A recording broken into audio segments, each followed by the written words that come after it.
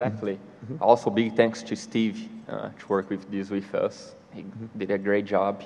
And TickNet also supports SQL Server. So the main idea is, if you have the sessions running for Oracle or even SQL Server, why force them to reinject, to disconnect and get credentials or whatever, if you can just take this connection and send your all commands and do whatever we want. So, as you know, we can't show screenshots of this penetration test we are talking about because they are customer, and it's not a good thing. But we created the in-house video just to demonstrate how it works. We used it recently a lot in different internal penetration tests with a good level of success.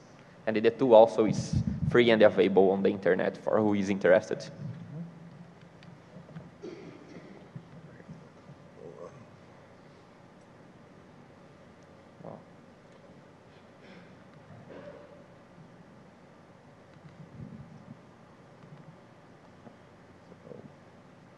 Go ahead and explain what's happening while it's running.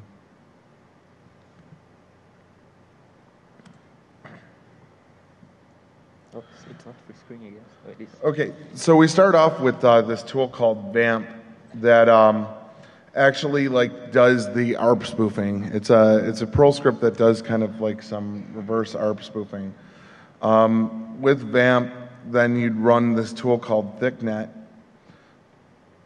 And now we are just showing a normal connection to our Oracle database from a supposed client. This virtual machine is like a client that you want to access. He's first showing that we can't log in with the credential Wendel at the database, as you can see on the first line. Then it's logged with the user Steve, that's a valid user. So Steve is executing a very simple query, like select 1, 2, 3 from the wall or whatever. Now back to TickNet.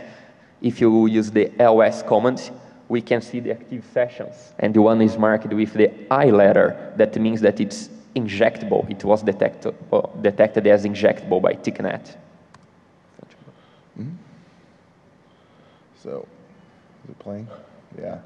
All right. So the next thing you do is you actually go ahead and use ThickNet to steal the session. It's a real easy thing.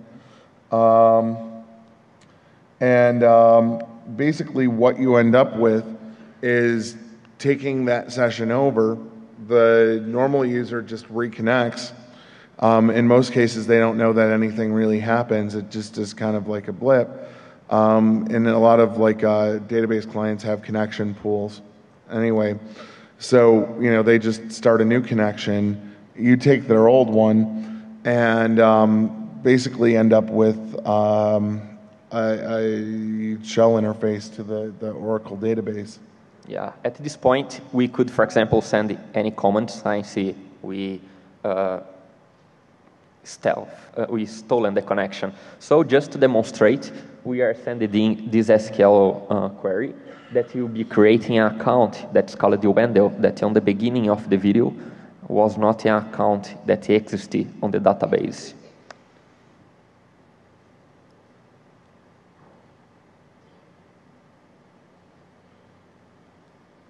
As you can see, you get on the ending the ORA error 01003. This means that the command was sent and parceled successfully. Now we are just stopping the ARP poison and making sure VAMP makes sure that we are not breaking the ARP tables. And now we are trying to log in again with the same account that was Wendel, just to make sure it really works. We used VAMP to intercept and injecting a live connection and to create a new account on the Oracle database. Now, as you can see, we can log with the account that previously doesn't exist on the database. And then now we can do any query like the privilege of this account.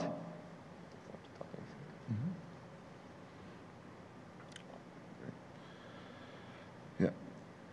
And as you see, we're just kind of doing a select query. Yeah, just to demonstrate that it's possible to execute any query. Obviously, in this case, the session that was stolen was an administrative query. administrative account.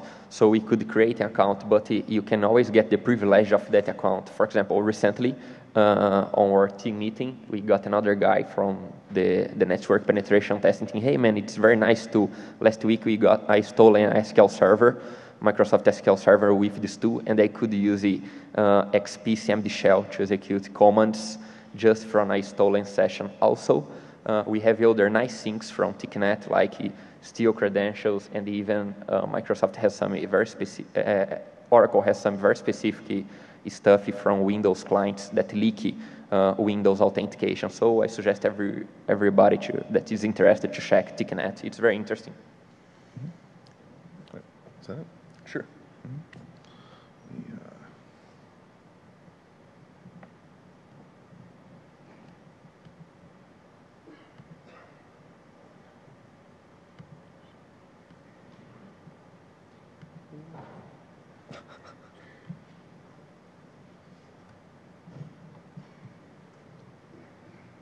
There we go.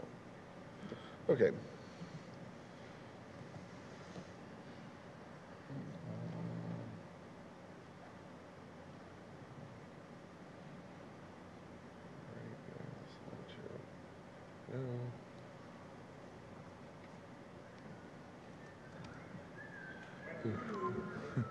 Oh. Okay, great. Yeah. We are done. Thanks. All right. Great. Whoa. All right. Things are going insane here.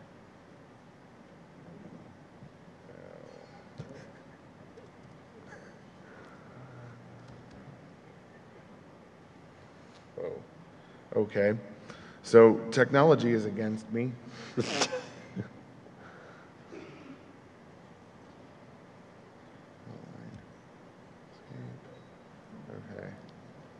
Let's try this again. There we go.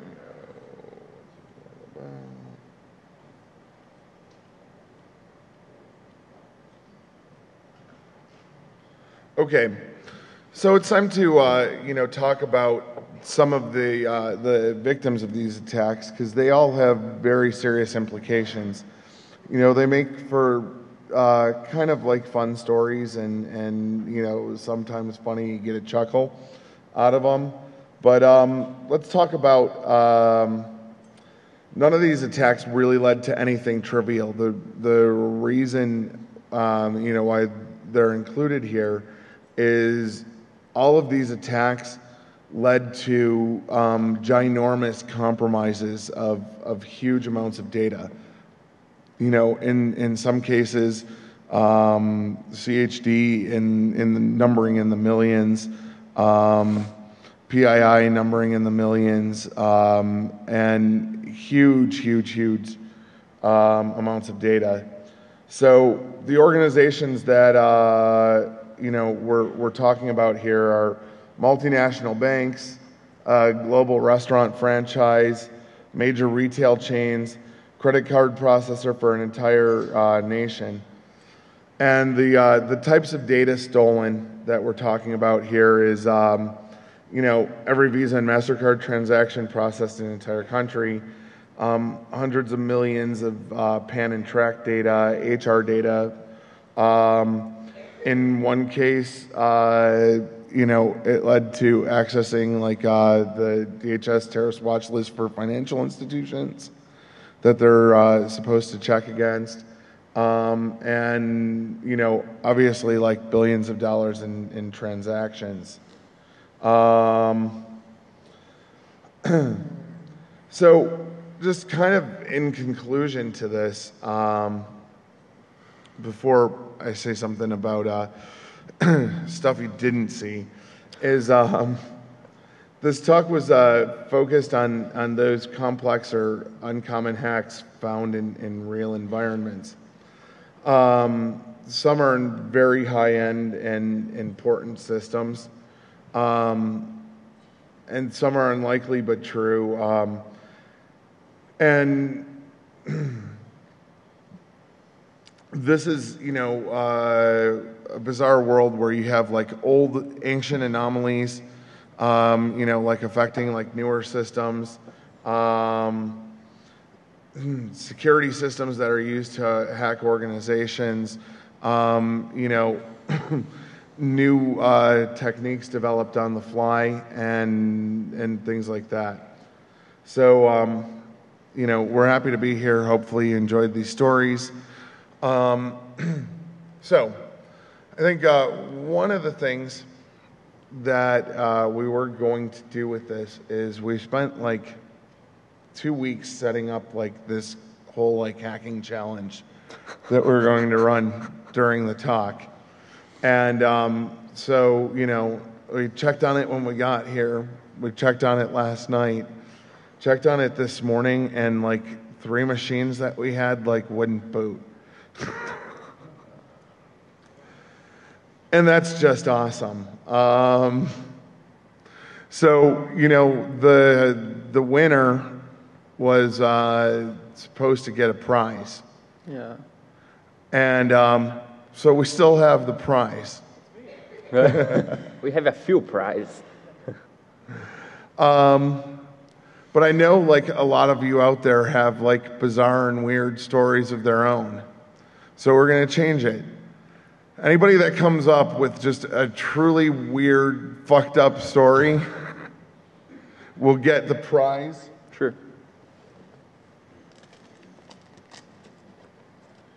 Of a Duke Nukem Forever PC version game. This guy. Anybody want to take a shot? Come on up. Well, yeah, we're showing you that we have the game today, but you won't actually get it for another 12 years. Have a seat. Thanks. What's your name? Tim. Tim, what's your weird, fucked up story? Well, we were doing a pen test one time, and we were war dialing all their phone lines, and like you, we found a system that was returning odd characters, and basically we were able to determine that this was an HVAC control system, and so did some research and found that there was a default technician login, got into the HVAC control system, and then we shut down the exhaust fan in their server room. So then we just sent somebody out dressed up as an HVAC technician, and we're able to get right into the data center. What do you guys think? Does Tim get the prize? Yeah. Okay. There you go, man. Thank you. Thanks. What? Sure. Well, wait, no, wait. Does anybody else, like I saw a couple people that were kind of coming towards this stuff. Anybody else want to try for the runner-up prize? Anyone?